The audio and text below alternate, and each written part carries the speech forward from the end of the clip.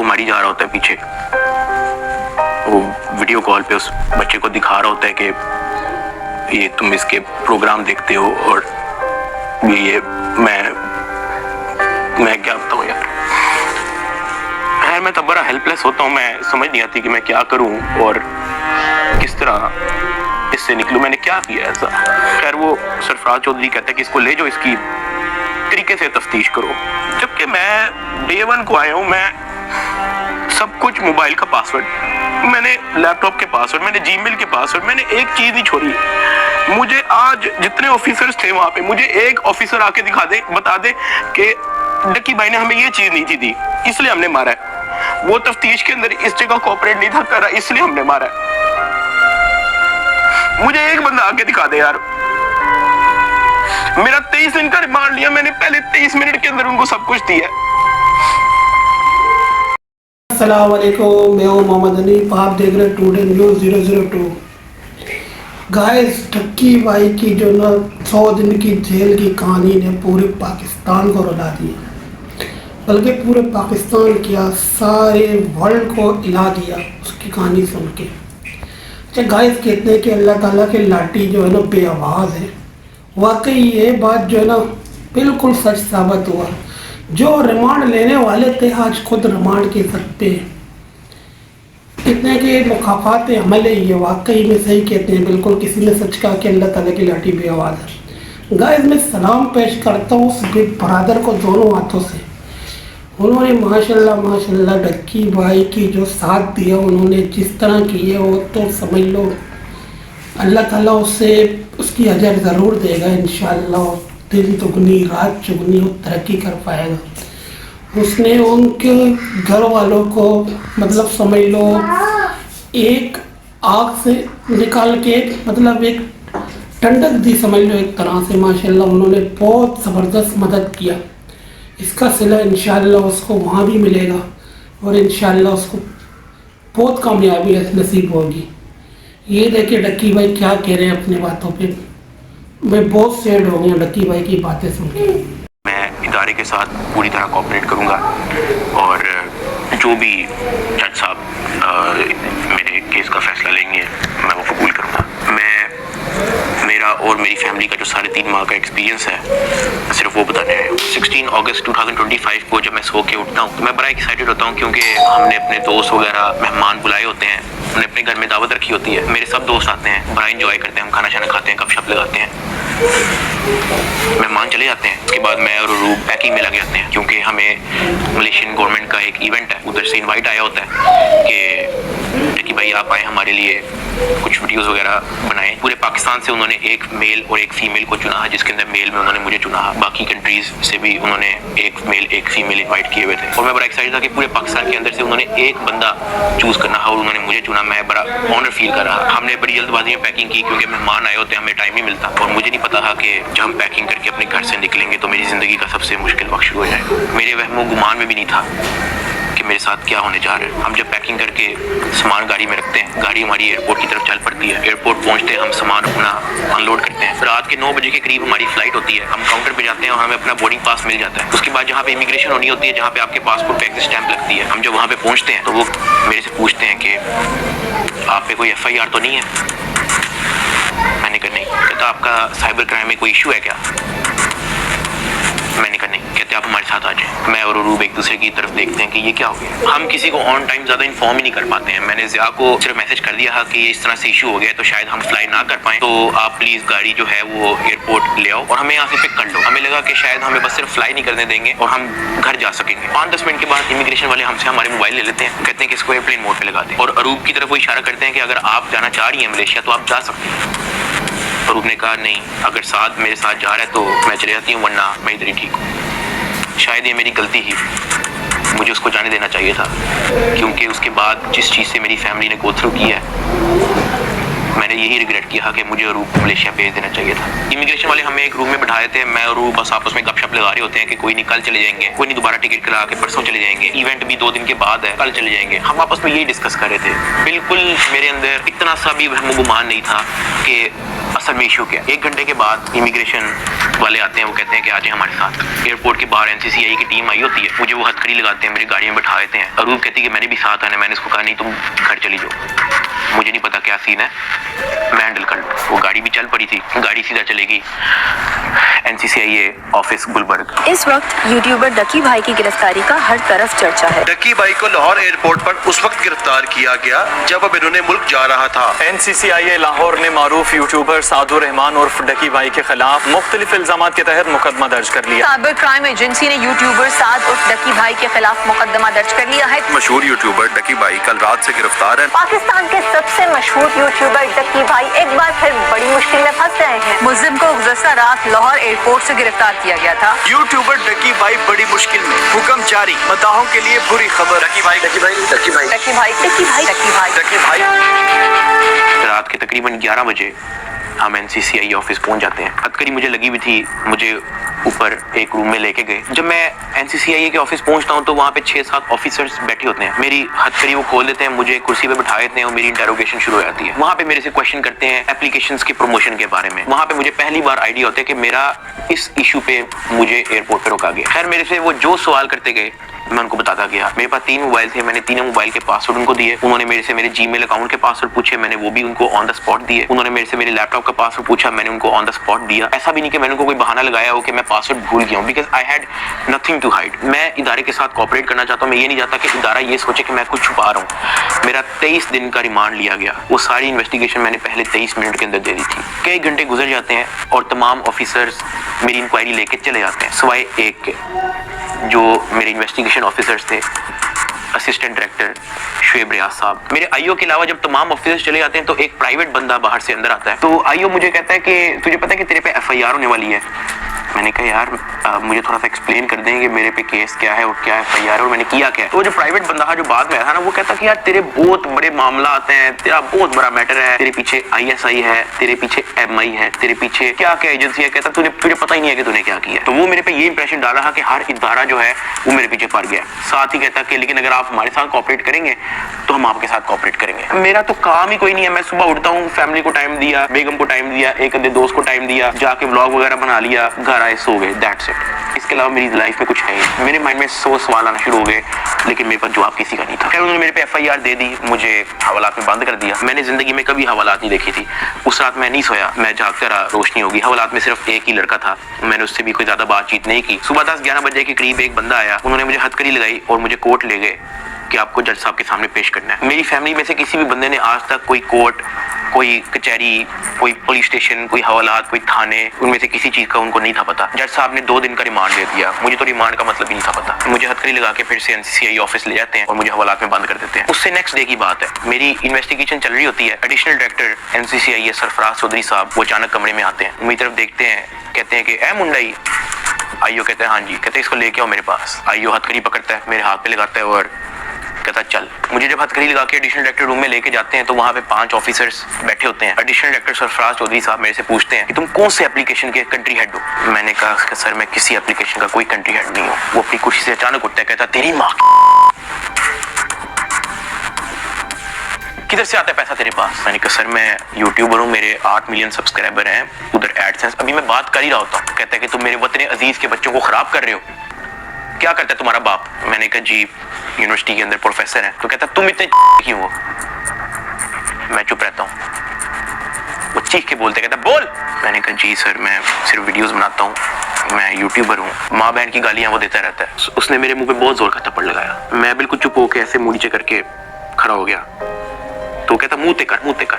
अभी मैंने मुंह पर किया नहीं था। वो जोर से चीख के कहता मुंह ते कर। अभी मैंने वो मुंह पर किया ही था, उसने मुझे दूसरा थप्पड़ लगाया। मैं वहां पे बड़ा हेल्पलेस फील कर रहा कि यार मेरे से ऐसा क्या हो गया। मैं भी सोच ही रहा था, उसने मुझे तीसरा थप्पड़ लगाया। मुझे माँ बहन की गालियां दी जा रहा है। मैं अपना मुंह नीचे करके खड़ा हुआ हूँ तो मेरे थप्पड़ इधर लगता है, फिर वो कहता मुंह पर कर, फिर मेरा थप्पड़ इधर लगता है। वो मारी गया जब तक उसका दिल नहीं भरा। मैंने तो गिने भी नहीं है कि उसने मुझे थप्पड़ कितने मारे हैं। फिर वो मुझे कहता कि अपनी टांगे बैंड कर। मैंने अपनी टांगे बैंड कर ली। कहता हाथ ऊपर कर। मैंने अपना हाथ ऊपर कर ली। वो घर में एक वीडियो कॉल लगाता है जो एक बच्चा रिसीव करता है जिसकी एस्टिमेटेड तकरीबन एज होगी 7 साल। एक हाथ में सिगरेट होती है।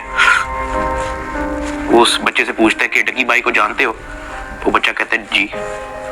वो बैक कैमरा ऑन करता है, मेरे हाथ खड़े होते हैं, टांगे बेंड होती हैं, वो कैमरे से दिखाता है उस बच्चे को कि कौन है ये। कहता डक्की भाई। तो कहता कि तुम इसके प्रोग्राम देखते हो?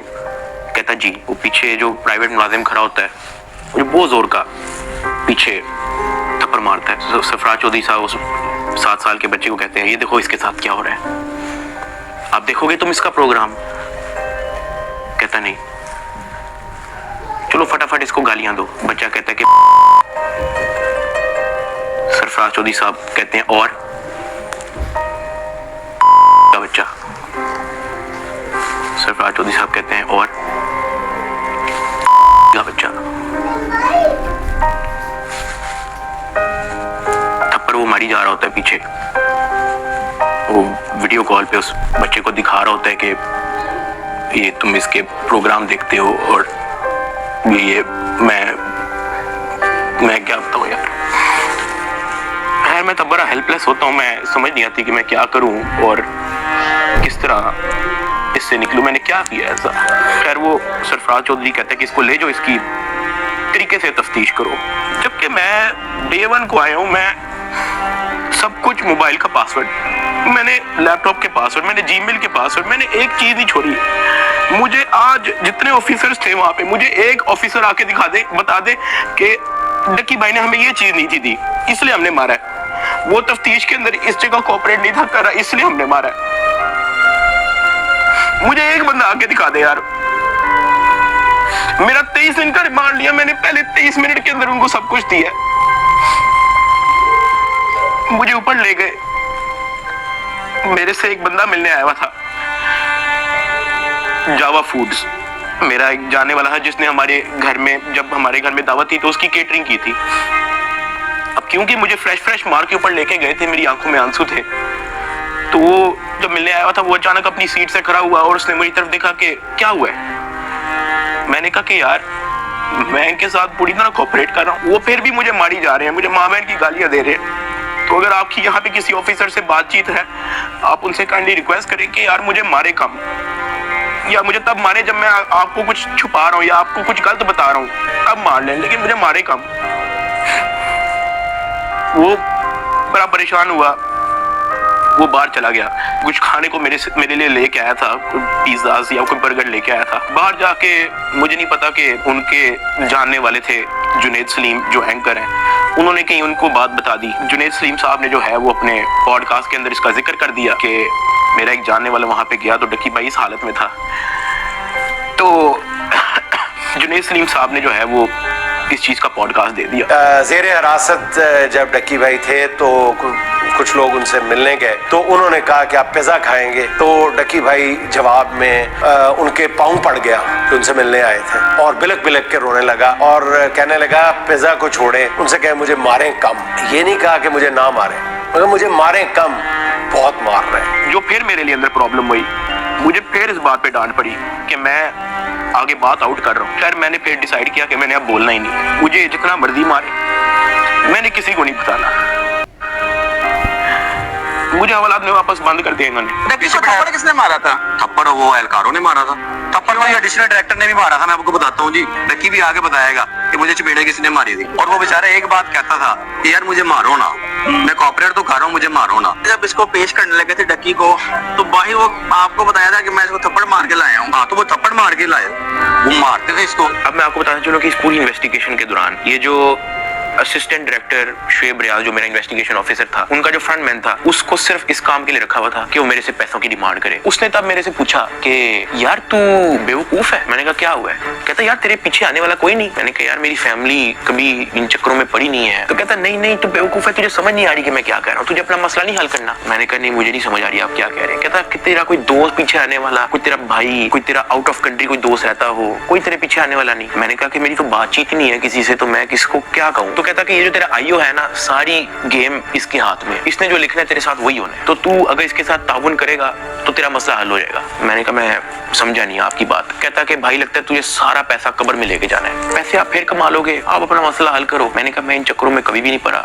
मुझे नहीं पता कि क्या पैसे कितने लगते हैं, क्या होता है, मुझे नहीं पता।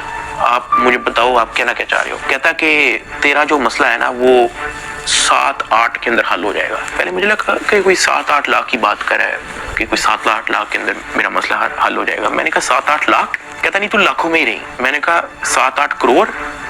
कहता तो और। मैंने कहा इतने तो मेरे पास है ही नहीं, मेरे रिसेंटली कुछ बहुत ज्यादा खर्चे हुए हैं, मैंने आगे भी बहुत सारी मेरी स्पेंडिंग है, मेरे 100 और काम है, मेरे पास नहीं है। कहता बस फिर तो इधर ही पड़ा रहा है। मुझे वहां से आइडिया हो गया कि इस बंदे का काम सिर्फ और सिर्फ मेरे से पैसे मांगना है। जब मैं NCCI की कस्टडी में था, आप लोगों ने शायद 3,26,000 USDT की बात एडिशनल डायरेक्टर के पॉडकास्ट में सुनी होगी। 3,20,25,000 USDT वो इसके डिजिटल वॉलेट में से हमने अनर्थ करके कोर्ट ऑफ लॉ में सबमिट कर दिए। हमने इसके डिजिटल वॉलेट में से वो अपने वॉलेट में जो सरकार का होता है उसमें अनर्थ करके प्रॉपर उसको फर्द मकबूजगी बनाकर कर दिया। ये बहुत बड़ी अचीवमेंट है। उन्होंने दर्जनों पॉडकास्ट देके ये बताया कि 3,26,000 USDT जो है वो हमने इससे बरामद कर लिए हैं। अब मैं आपको उसकी स्टोरी बताता हूँ कि वो क्या है। हवाला से मुझे इन्वेस्टिगेशन के लिए लेके जाते हैं कुछ शाम के 7 बजे के करीब। आइयो मुझे कहता है कि अपना बाइनेंस का अकाउंट खोल। मैं अकाउंट खोल देता हूँ। मेरे अकाउंट के अंदर कुछ ट्रेड चल रही होती है जो मेरी सारी लॉस पे गई होती है, क्योंकि उस दौरान बिटकॉइन नीचे गया हुआ था। वो सारी ट्रेड मेरी लॉस में क्लोज करता है। मेरी फ्यूचर्स की ट्रेड सारी लॉस में क्लोज करता है, मेरा पर्सनल नुकसान करता है। सारे टोकन जो मेरे पास डॉज, बिटकॉइन, इथेरियम, मेरे पास दर्जनों टोकन और पड़े हुए थे, वो सारे क्लोज करके उसको USDT में खुद कन्वर्ट करता है और वो कहता है कि ये USDT ट्रांसफर कर। मैंने कहा सर इसकी क्या वजह है, आपने मेरा पर्सनल लॉस भी कर दिया है। कहता है कि तुझे अपना मसला हल करना है या नहीं करना। मैंने कहा कि सर लेकिन ये 3,26,000 USDT आपने ट्रांसफर क्यों करना है? जो भी आपकी इन्वेस्टिगेशन है आपके सामने, अकाउंट मैंने आपको दे दिया, उसका जीमेल मैंने आपको दे दिया, पासवर्ड मैंने आपको दे दिया, आपने ट्रांसफर इसको क्यों करना है? कहता है तुझे जितना कह रहे हैं उतना कर। मेरी 15 मिनट उनके साथ बहस चलती रही कि सर ये पैसे ज्यादा हैं, मुझे आप थोड़ी सी इसकी एक्सप्लेनेशन दे दें ताकि मैं मेंटली रिलैक्स रहूं, मुझे थोड़ा सा बता दें कि ये ट्रांसफर आपके पास क्यों करना है। वो मुझे आगे से यही कहता था कि यार लगता है तुझे अपना मसला हल करने का शौक नहीं है। बीच में उसने मुझे बहाने लगाने शुरू कर दिए, यार क्योंकि तू हमारी कस्टडी में है कि तेरा अकाउंट की हैक ना हो जाए, जब तू यहाँ से फारिग होगा तू मुझे बता दी, मैं तुझे सेंड कर दूंगा। आईओ ने मुझे इस तरह की कहानी सुनाई शुरू कर दी। उसने मुझे एक अपना वॉलेट एड्रेस दिया, उसने कहा कि ये सारे पैसे इस पे ट्रांसफर कर। इसने मेरे से जबरदस्ती मेरा फेस आईडी, मेरा ऑथेंटिकेटर सारा लगा के इसने मेरे से जबरदस्ती 3,26,000 USDT जिसकी PKR के अंदर वैल्यू बनती है 9 करोड़ पाकिस्तानी रुपया। अब जिस अकाउंट में उसने ट्रांसफर किया, क्या वो FIA का अकाउंट था? नहीं। क्या वो NCCIA का अकाउंट था? नहीं। क्या वो पंजाब हुकूमत, सिंध हुकूमत या किसी KP की हुकूमत या किसी भी गवर्नमेंट के इदारे की हुकूमत का अकाउंट था? नहीं। क्या वो NAB का अकाउंट था? नहीं। क्या वो स्टेट बैंक का अकाउंट था? नहीं। क्या वो कोई ऐसा अकाउंट था जो कोर्ट की तरफ से जिसकी अप्रूवल मिली हो? नहीं। वो मेरे IO असिस्टेंट डायरेक्टर शुएब रियाज साहब का अपना पर्सनल अकाउंट था जिसके अंदर इन्होंने मेरे 9 करोड़ रुपया एस्टिमेटेड ट्रांसफर किए। ट्रांसफर करने के बाद इन्होंने वापस मुझे हवालात में बंद कर दिया। कोई रिसीविंग नहीं दी, मुझे उसकी कोई रीजनिंग नहीं दी, कोई सबूत ही नहीं है इस चीज का कि इन्होंने अपने पास ट्रांसफर किया। 8 बज जाता है, 9 बज जाता है, 10 बज जाता है, 11 बज जाता है, मेरे से सोया नहीं जाता। एक ऑफिसर एक मुलजिम को छोड़ने आते हैं हवालात, मैं फटाफट उठ के उससे पूछता हूँ, मैंने कहा सर आपके इस NCCIA इदारे के अंदर जब कोई क्रिप्टो का कोई रोला चलता है, कोई USDT का कोई रोला चलता है, तो उस पे क्या होता है? क्या उसको ट्रांसफर कर लिया जाता है? कहता मैंने कभी ऐसा सुना तो नहीं है। कहता क्यों, क्या हुआ है? मैंने उसको बताया।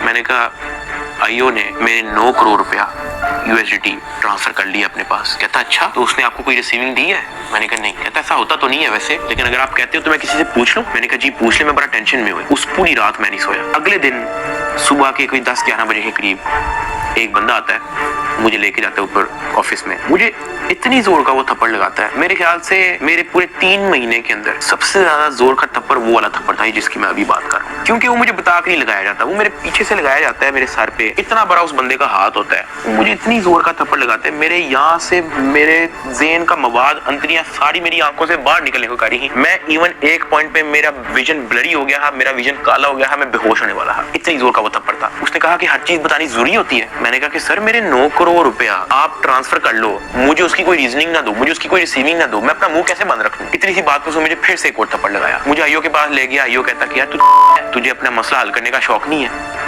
एडिशनल साहब बहुत नाराज है। मैंने कहा सर आपने 9 करोड़ रुपया मेरा ले लिया है, अभी मैं बात कर ही रहा था तो उसने इशारा किया कि इसको बंद कर दो। अब मुझे बंद कर दिया वापस हवालात में। कुछ टाइम के बाद जब मुझे फिर से इन्वेस्टिगेशन के लिए लेके गए तो ये जो मेरी 9 करोड़ रुपया जो इन्होंने ट्रांसफर किया है 3,26,000 USDT, ये बात पूरे डिपार्टमेंट के अंदर फैल चुकी थी। हर प्राइवेट मुलाजिम को पता था, हर ऑफिसर को पता था, हर IO को पता था, डिपार्टमेंट में हर एक बंदे को पता लग गया था कि ये इतनी बड़ी अमाउंट जो है वो शुएब रियाज IO के अकाउंट में ट्रांसफर हुई है। IO ने सोचा इसने बात आउट कर दी है, सबको पता लग गया है। इन्होंने फटाफट क्या किया, उसकी रिकवरी डाल के कोर्ट में पेश कर दिया कि ये देखो हमने ये पैसे बरामद किए हैं इससे, जबकि उन्होंने बरामद की इंटेंशन से वो ट्रांसफर अपने पास नहीं किए थे। इनकी ये इंटेंशन थी कि पैसा हम अपने पास ट्रांसफर कर लेते हैं, फिर इसमें से कोई इसको 20-30% वापस देके इससे डील करेंगे। ये इनकी शुरू की इंटेंशन थी। लेकिन मैंने डिपार्टमेंट में बात आउट कर दी, मैंने मार खा ली इसके बदले। मैंने कहा मुझे मारो जितना मारना है। डिपार्टमेंट में बात आउट कर दी, ये लोग घबरा गए, इन्होंने फटाफट कोर्ट में रिकवरी डाल दी, जिसकी वजह से मजबूरन एडिशनल डायरेक्टर सरफराज चौधरी साहब को दर्जनों पॉडकास्ट मजीद देने पड़े कि 3,26,000 हमने इस बंदे से बरामद कर लिया है, जबकि वो बरामदी की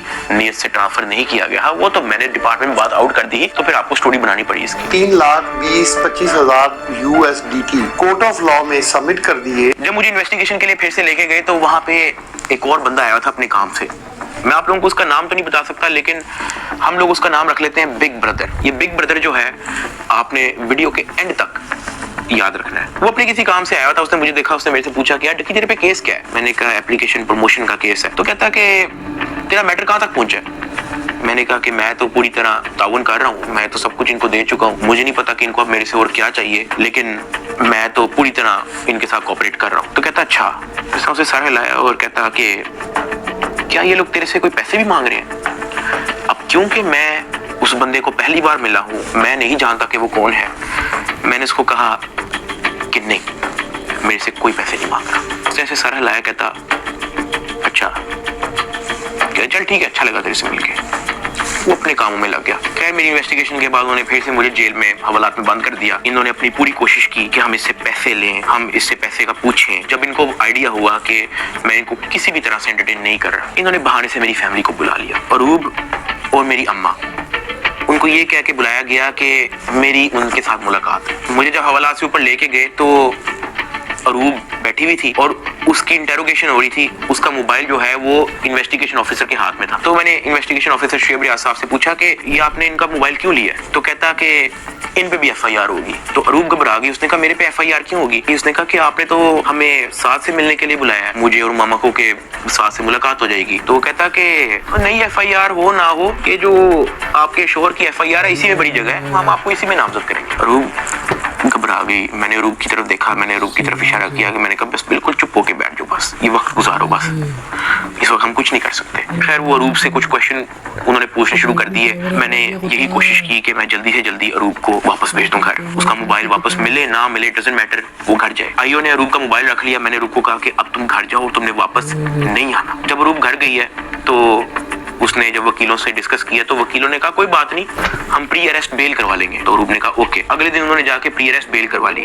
जब उन्होंने प्री अरेस्ट बेल करवाई तो प्री अरेस्ट बेल की खबर पहुंच गई इदारे में, NCCI ऑफिस में, आईओ के पास और सरफराज चौधरी एडिशनल डायरेक्टर के पास। इन्होंने फिर से मुझे कहा कि अपनी फैमिली को मीटिंग के लिए बुलाएं। मैंने घर वालों को कॉल की कि उसकी प्री अरेस्ट बेल हो चुकी थी। मैंने कहा चलो अब इसको खतरा।